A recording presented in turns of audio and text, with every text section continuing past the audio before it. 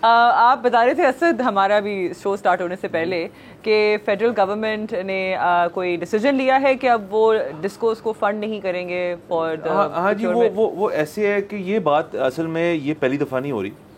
2022 में भी इस चीज़ का एक प्रोग्राम बनाया गया था कि आप इलेक्ट्रिसिटी की एक होलसेल मार्केट बनाएं, जहाँ पे आपके दीगर लोग जो हैं वो चीज़ें जो है, जो इलेक्ट्रिसिटी जो है वो ख़रीद सकते हैं।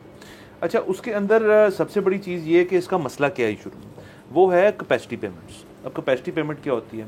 जो आईपीपी से आपने लॉन्ग टर्म एग्रीमेंट्स किए हुए, उसके अंदर कैपेसिटी पेमेंट ये कहती है कि आईपीपी बिजली बनाए या ना बनाए, गवर्नमेंट ने उसको एक सर्टन अमाउंट ऑफ पैसे देने हैं in the terms of capacity payment. So उस चीज़ को उन्होंने कर्टेल करने के लिए कहा है कि आप एक होलसेल मार्केट बनाएं जहाँ पे बिजली बहरहाल होगी, जो कि आपके मुख्तलिफ डिस्कोस जो हैं आके उसको ख़रीद सकते हैं। तो इसको उन्होंने 3 फेजेज़ में प्लान किया।